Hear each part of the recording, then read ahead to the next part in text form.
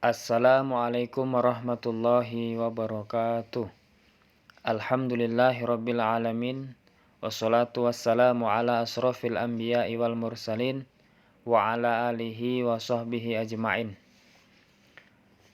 Kaum muslimin dan muslimat dimanapun Anda berada, pada kesempatan kali ini kita akan kembali melanjutkan bacaan dari kitab Fikih Bulan Syawal yang dikarang oleh Ustadz Muhammad Abdu Tuaisikal. Kita masuk ke 5 faedah puasa Syawal. Yang pertama, puasa Syawal akan menggenapkan ganjaran berpuasa setahun penuh.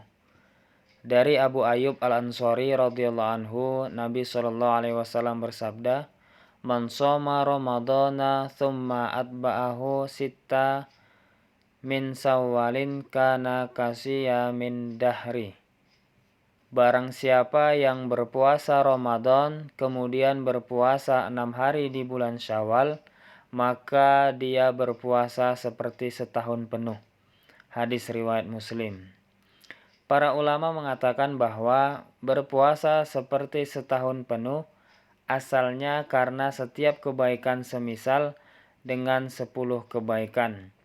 Bulan Ramadan, puasa sebulan penuh sama dengan berpuasa selama 10 bulan.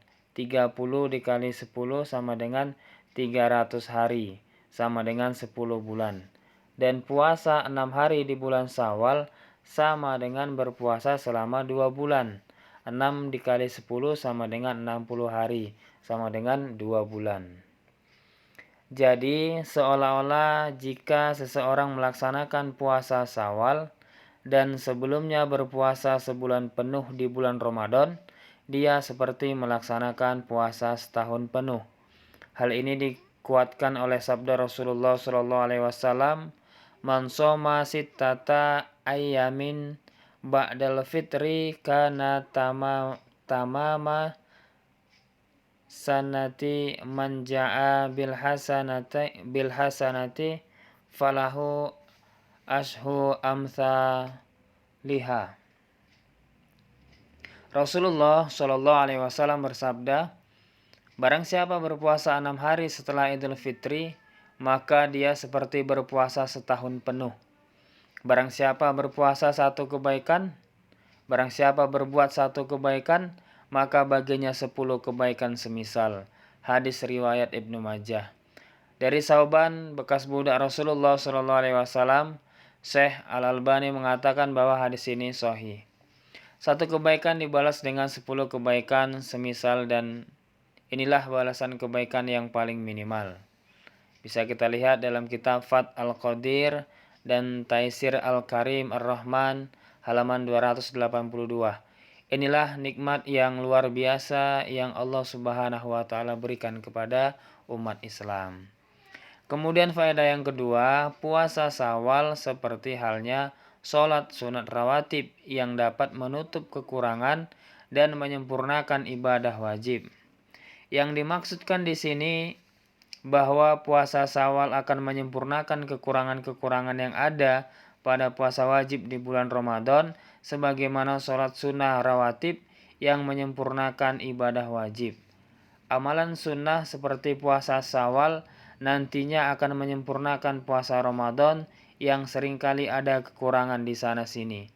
Inilah yang dialami setiap orang dalam puasa Ramadan. Pasti ada kekurangan yang mesti disempurnakan dengan amalan sunnah. Kemudian faedah berikutnya, melakukan puasa Syawal merupakan tanda diterimanya amalan puasa Ramadan. Jika Allah Subhanahu wa taala menerima amalan seseorang hamba, dia akan menunjuki pada amalan soleh selanjutnya. Jika Allah menerima amalan puasa Ramadan, maka Allah akan tunjuki untuk melakukan amalan soleh lainnya. Di antaranya puasa 6 hari di bulan Syawal. Renungkanlah bagaimana lagi jika seseorang hanya rajin sholat di bulan Ramadan, rajin sholat musiman, tetapi setelah Ramadan sholat 5 waktu begitu dilalaikan. Pantaskah amalan orang tersebut di bulan Ramadan diterima? Al-Lajnah Ad-Daimah li al-Buhuts al-Ilmiyah wa al-Ifta, Komisi Fatwa Saudi Arabia mengatakan, adapun orang yang melakukan puasa Ramadan dan mengerjakan sholat hanya di bulan Ramadan saja, maka orang seperti ini berarti telah melecehkan agama Allah. Sebagian salaf mengatakan sejelek-jelek kaum adalah yang mengenal Allah atau rajin beribadah hanya pada bulan Ramadan saja. Oleh karena itu, tidak sah puasa seseorang yang tidak melaksanakan sholat di luar bulan Ramadan. Bahkan orang seperti ini yang meninggalkan sholat dinilai kafir dan telah melakukan kufur akbar, walaupun orang ini tidak menentang kewajiban sholat. Orang seperti ini tetap dianggap kafir menurut pendapat ulama yang paling kuat. Fatwa Al-Lajnah Daimah. Kemudian faedah berikutnya, melaksanakan puasa Syawal adalah sebagai bentuk syukur kepada Allah Subhanahu wa taala. Nikmat apakah yang disyukuri? Yaitu nikmat ampunan dosa yang begitu banyak di bulan Ramadan. Bukankah kita telah ketahui bahwa melalui amalan puasa dan sholat malam selama sebulan penuh adalah sebab datangnya ampunan Allah Subhanahu wa taala? Begitu pula dengan amalan menghidupkan malam Lailatul Qadar di akhir-akhir bulan Ramadan. Ibnu Rajab rahimahullah mengatakan, tidak ada nikmat yang lebih besar dari anugerah pengampunan dosa dari Allah Subhanahu wa taala. Sampai-sampai Nabi Shallallahu alaihi wasallam yang telah diampuni dosa-dosanya yang telah lalu dan yang akan datang banyak melakukan sholat malam. Ini semua beliau lakukan dalam rangka bersyukur atas nikmat pengampunan dosa yang Allah berikan. Aisyah mengatakan, kenapa engkau melakukan seperti ini wahai Rasulullah? Padahal Allah telah mengampuni dosa-dosamu yang telah lalu dan yang akan datang. Kemudian lantas beliau mengatakan, afala akunu abdan syakura? Tidakkah pantas aku menjadi hamba yang bersyukur? Hadis riwayat Muslim. Begitu pula di antara bentuk syukur karena banyaknya ampunan di bulan Ramadan, di penghujung Ramadan, di hari Idul Fitri, kita dianjurkan untuk banyak berzikir dengan mengagungkan Allah melalui bacaan takbir, Allahu Akbar. Ini juga di antara bentuk syukur sebagaimana Allah Subhanahu wa taala berfirman, walituklimul iddata walitukabbirullahu ala ma hadakum wala'allakum tashkurun. Dan hendaklah kamu mencukupkan bilangannya dan hendaklah kamu mengagungkan pada Allah atas petunjuknya yang diberikan kepadamu supaya kamu bersyukur. Quran Surat Al-Baqarah ayat 185. Begitu pula para salaf seringkali melakukan puasa di siang hari setelah di waktu malam mereka diberi taufik oleh Allah untuk melaksanakan sholat tahajud. Inilah bentuk syukur mereka. Ingatlah bahwa rasa syukur haruslah diwujudkan setiap saat dan bukan hanya sekali saja ketika mendapatkan nikmat. Namun setelah mendapatkan satu nikmat, kita butuh pada bentuk syukur yang selanjutnya. Ada bait syair yang cukup bagus. Jika syukurku atas nikmat Allah adalah suatu nikmat, wajib atasku untuk bersyukur pula atasnya. Bagaimana mungkin kita dapat bersyukur kecuali dengan karunia-Nya, meskipun hari semakin panjang dan umur terus bertambah. Ibnu Rajab Al-Hambali rahimahullah menjelaskan, setiap nikmat Allah berupa nikmat agama maupun nikmat dunia pada seorang hamba, semua itu patutlah disyukuri. Kemudian, taufik untuk bersyukur tersebut juga adalah suatu nikmat yang juga patut disyukuri dengan bentuk syukur yang kedua. Kemudian taufik dari bentuk syukur yang kedua adalah suatu nikmat yang juga patut disyukuri dengan syukur lainnya.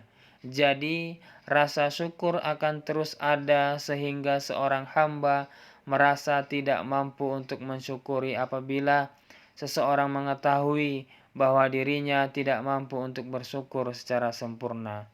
Lataif al-Ma'arif halaman 389. Kemudian faedah yang kelima, melaksanakan puasa Syawal menandakan bahwa ibadahnya kontinu dan bukan musiman saja. Amalan yang seseorang lakukan di bulan Ramadan tidaklah terhenti setelah Ramadan itu berakhir. Amalan tersebut seharusnya berlangsung terus selama seorang hamba masih menarik nafas kehidupan.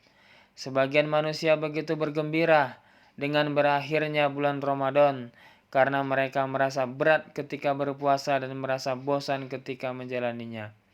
Siapa yang memiliki perasaan semacam ini, maka dia terlihat tidak akan bersegera melaksanakan puasa lagi setelah Ramadan karena kepenatan yang ia alami. Jadi, apabila seseorang segera melaksanakan puasa setelah hari Id, maka itu merupakan tanda bahwa ia begitu semangat untuk melaksanakan puasa, tidak merasa berat dan tidak ada rasa benci. Ada sebagian orang yang hanya rajin ibadah dan sholat malam di bulan Ramadan saja. Lantas dikatakan kepada mereka, sejelek-jelek kaum adalah yang mengenal Allah di bulan Ramadan saja. Ingat, orang yang soleh, yang sejati adalah yang beribadah dengan sungguh-sungguh sepanjang tahun. Jadi ibadah bukanlah hanya di bulan Ramadan, Rajab dan Sya'ban saja. Asy-Syaikh Asy-Syibli pernah ditanya, bulan manakah yang lebih utama, Rajab ataukah Sya'ban? Beliau pun menjawab, jadilah rohaniyin dan janganlah menjadi syakbaniyin. Maksudnya adalah jadilah hamba Rabbani yang rajin ibadah di setiap bulan sepanjang tahun dan bukan hanya di bulan Sya'ban saja. Kami penulis juga dapat mengatakan, jadilah Rabbaniyin dan janganlah menjadi Ramadaniyin. Maksudnya, beribadalah secara kontinu sepanjang tahun dan jangan hanya di bulan Ramadan saja. Semoga Allah memberikan taufik kepada kita. Alqamah pernah bertanya kepada Ummul Mukminin Aisyah radhiyallahu anha mengenai amalan Rasulullah sallallahu alaihi wasallam, apakah beliau mengkhususkan hari-hari tertentu untuk beramal? Aisyah menjawab, la, kana amaluhu dima. Beliau tidak mengkhususkan waktu tertentu untuk beramal. Amalan beliau adalah amalan yang kontinu. Hadis riwayat Bukhari dan Muslim. Amalan seorang mukmin barulah berakhir ketika ajal menjemput. Al-Hasan Al-Basri mengatakan, sesungguhnya Allah Ta'ala tidaklah menjadikan ajal, waktu akhir untuk amalan seorang mukmin selain kematian. Lalu Al-Hasan membacakan firman Allah, wa'bud rabbaka hatta ya'tiyakal yakin. Sembahlah Rabbmu sampai datang kepadamu al-yakin, yakni ajal. Quran Surat Al-Hijr ayat 99. Ibnu Abbas, Mujahid dan mayoritas ulama mengatakan bahwa al-yakin adalah kematian.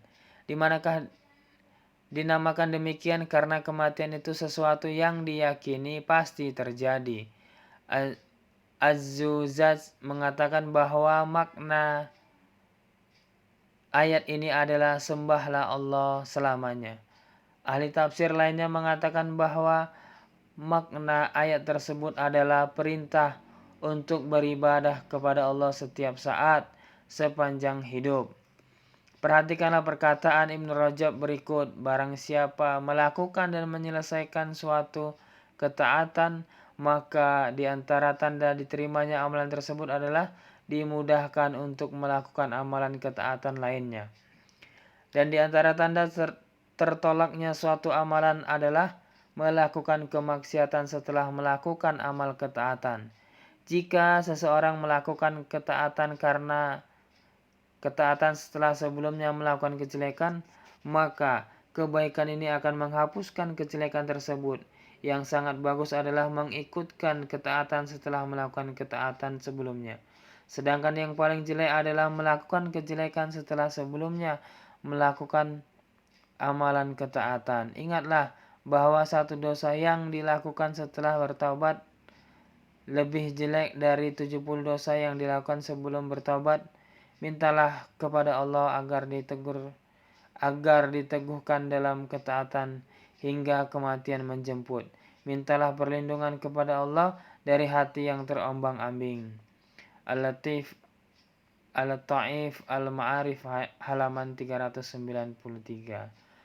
Alhamdulillah, semoga Allah memberikan kekuatan kepada kita untuk melaksanakan apa yang sudah kita baca dan dengarkan tadi.